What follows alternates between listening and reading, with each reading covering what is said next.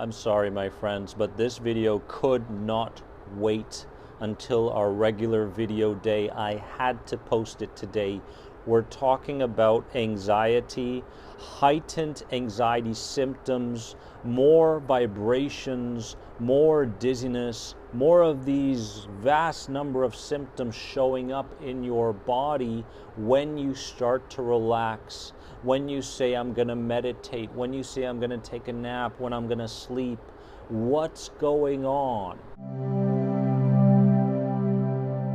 I've gotten so many questions on this in the recent weeks that I said I have to dive into this topic now in order for you to understand what's really going on, and towards the end of this video give you a key reminder that will take you 50% farther than where you are right now when it comes to giving yourself that downtime and dealing with your symptoms, okay?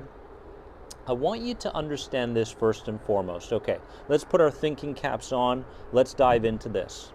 Just because you are intending to relax doesn't mean the lower self will let you relax. So you're going, I'm going to go relax now, right? You're going, I'm going to go take a walk. I'm going to sit on that bench over there. It looks very relaxing because Dennis is telling me to regulate my nervous system, to bring on the parasympathetic activity. Good, all good, very, very good. But that doesn't mean that your lower self will let you relax. It doesn't mean your inner child will let you relax. So just because you're doing something good for yourself, don't expect it to be a flawless experience. Why is this the case? Relaxation spurs on stronger symptoms because of a fear of letting your guard down. So if you go for that walk, inner child or lower self down there is going, this is interesting. We're walking, and remember, it's always taking note of your activity and your behavior and what you're doing throughout the day. It's going, well, we're going for this walk here. Well, okay, it doesn't seem like he's engaged in anything right now, so we have to turn up our guard even more to protect him at a conscious level, so the symptoms get worse. Okay, I don't want to say worse, they get stronger, okay? Or your focus will turn to the symptoms more so when you're relaxing, about to go to sleep, do a meditative practice, go for a walk, these sorts of things. Also, there's nothing else to use as a distraction from your symptoms, right? From the moment you wake up in the morning to the moment you go to sleep, you convince yourself that what you're doing is really, really important for that specific aspect of your life. When in truth, you're actually working harder to distract from the very thing you don't want to look directly at on the inside. Ooh. Now that's a more than anxiety moment right there. Did you just grab onto that? Did you realize what I just said? As long as you continue to go about your day trying to distract from the very relationship that you need to build with your sensitized body, your symptoms, and your heightened emotions, they will continue to scream. So when you lay down to nap, for example, or you're doing a meditation, there's no more distractions. Eyes are closed, nothing in the outside world to look at, no screen to be distracted from, no work to get done, right? So now the inner child is going, ooh, no more distractions. And what this means is, okay, now he can start to focus on the message we're trying to tell him or her, right? Because underlying those symptoms are certain feelings and emotions that we've been carrying with us from the past for so long. Labels and judgments. The roots of these symptoms lay in those labels, lay in those emotions and those judgments. The lower self is looking for guidance and resolve, and it believes that it finally has your attention when you commit to some downtime. This is so important because don't you love your inner child? Don't you love yourself when you were 1, 2, 3, 4, 5, 6, 7, 8, 9, 10, 11, 12, those early years? Don't you love yourself back then? Back then you were like a sponge. When is the sponge, the most absorbable, right? When it's dry.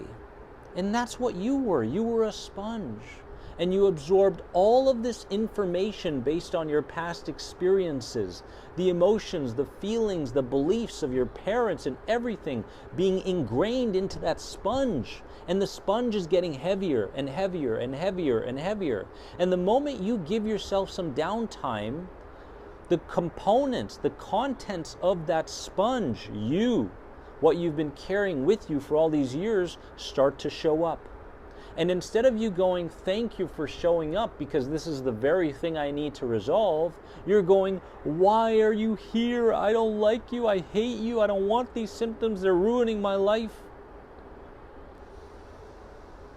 So the key reminder is this. Are you ready? The key reminder is this.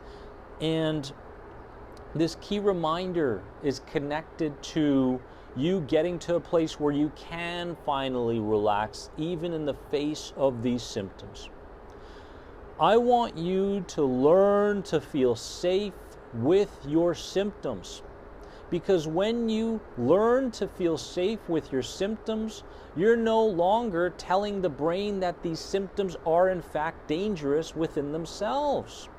You're going, brain, we can experience these symptoms no problem, because now I've got the mindset. If they want to be there, that's fine. And if they want to leave, that's fine as well. That is literally 3/4 of what's going to take you towards true and lasting healing from this dysregulated nervous system. Getting to a place where you feel safe with your symptoms. No longer drinking that tea to make the symptoms go away. No longer meditating to make the symptoms go away. No longer going for a walk to make the symptoms go away. No! Symptoms. If you want to show up while I'm giving myself this downtime, I highly suggest that you do. Thank you so much. Thank you so much. And I want to learn to feel safe with these symptoms. So I don't mind whether you're there or not, because the only thing that fuels stronger symptoms is what's going on in my mind.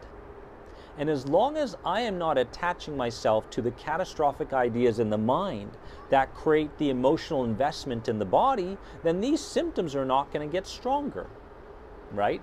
I feel safe in my symptoms. I feel safe with these symptoms. And I hope that today's video really spoke to you, because it needs to, my friends. It needs to. We cannot allow these symptoms to dictate who we believe we are and how we do what we need to do throughout the day anymore. That is a large part of your healing. I promise you all. And I love you so much from the bottom of my heart. If this video spoke to you, please give it a like and share it with someone or a group in need.